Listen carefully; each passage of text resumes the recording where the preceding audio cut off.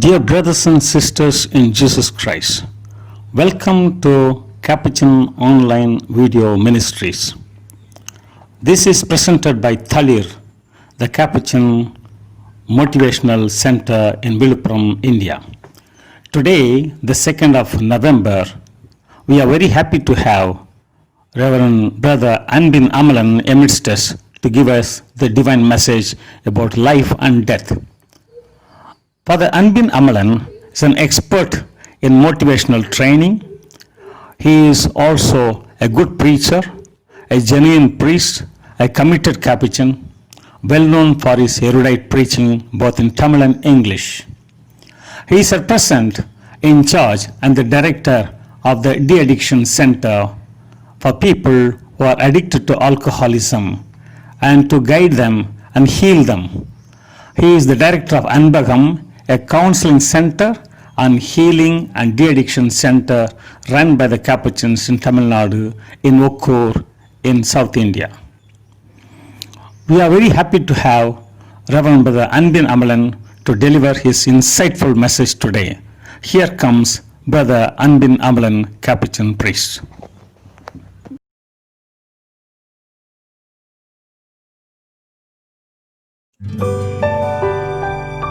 Dear brothers and sisters in Jesus Christ, why were you dead when they were alive? Therefore, Bala killed Malati. The word therefore in the above sentence is pregnant with different shades of meaning. How many human experiences and incidents that single word implies? And each of them is unique and different. Feeling disappointed that even his fourth child was a girl, poor farmer Bala poisoned her with calotropis juice. Drunken lorry driver Bala fatally drove over an old lady, Malati. Bala killed his dear wife Malati, who had an affair with another man. Dr. Bala killed his patient, Malati, by inadvertently administering a wrong medicine. Special Task Force Commando Bala killed tribal woman Malati for her refusal to show bandit Veerappan's hideaway. Seeking his country's freedom, Bala killed his lover Malati by involving her in a suicidal attack. Unable to bear his mother Malati's protracted suffering on account of her tuberculosis, Bala took rescue to euthanasia killing. In a false hope of being united in death, Bala poisoned his lover Malati and killed himself too. The death of a person could have very many causes or provoke a number of questions. But the very fundamental question is this: who is the owner of human life? In a very broad sense, there is nothing in this world that does not have life. Things, plants, animals, and human persons, each of them thrives with life in the process of evolution. Human life is the pinnacle in the hierarchy of life. Everything is composed of cells, and within each cell is a movement. Pleasure and pain affect that movement. Even grass suffers pain, so does a flower. Whether you hew a person or a cell, the end result is tears. Idli is a healthy food, but poisoned idli can end your life. To affect or to be affected is a very common experience. There is nothing that is useless in the cosmos. The paper used for parceling biryani is a waste in our eyes, but that very paper is a nourishing manure to the plants. God created everything. Therefore, God is the author and owner of all life, especially of humans. Is this true? What is death? If it is true, what is death? Jesus' death was a cold-blooded murder. How do we understand the different killing acts of Bala? What is the fate of those who went into the tombs? All Souls Day seeks an answer to such questions. All Souls Day is the commemoration of all the faithful departed.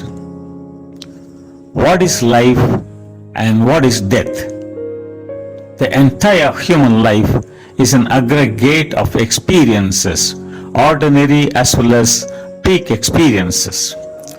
No human has the right to destroy human life. Life and death, which affect the human person the most, are peak experiences. It is the meaningfulness of life or death that embellishes and enhances such peak experiences. A meaningful life leads to a meaningful death. God, the author and owner of all life, gives that meaning. Death is God's last and final kiss to us on this earth, and it is His first kiss to us in heaven. They are not two kisses, but one and the same kiss. The same kiss with the same meaning. A single soul kiss with a soul single meaning.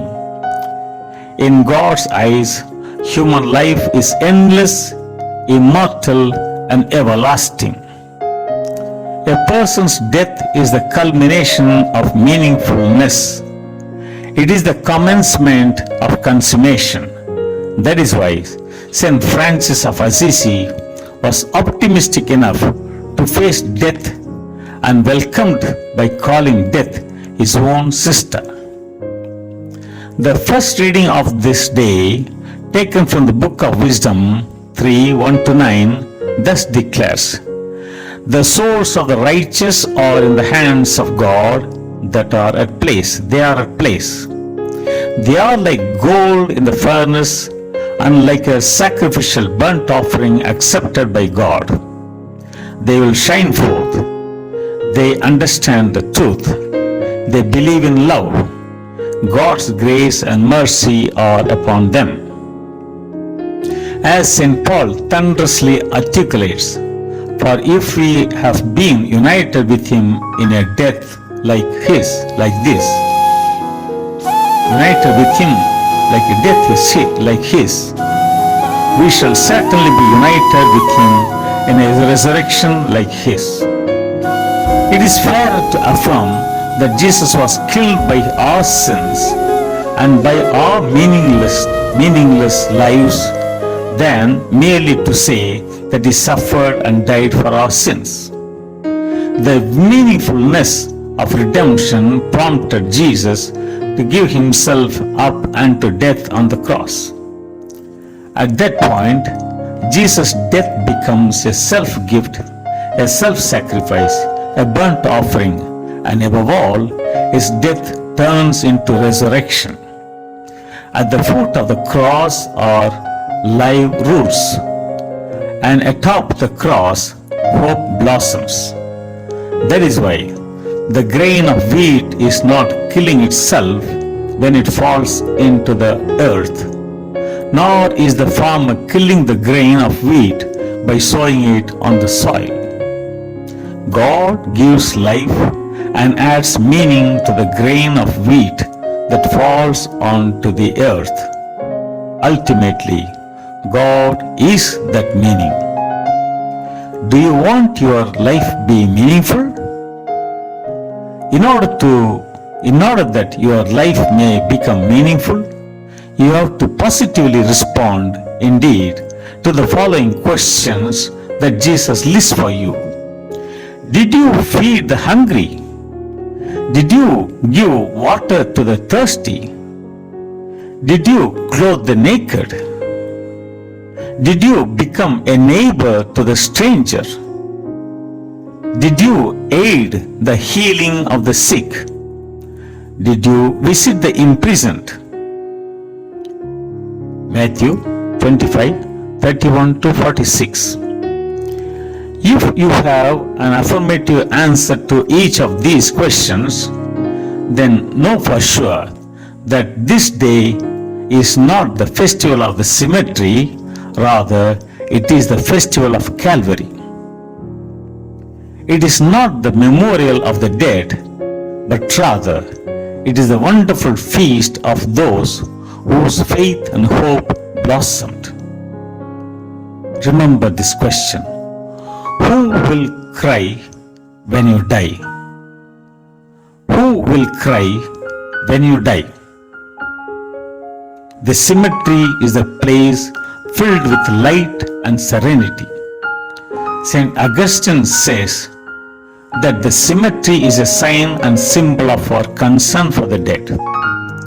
We pray not only for the dead, but also with the dead. We pray not only for the dead, but also with the dead. Finally, did you attend the Mass for the departed souls? Yes, I did. Did you visit the cemetery? Yes, I did. Did you place a wreath on the graves of the departed souls? Yes, I did. Oh, well then, why were you dead when they were alive?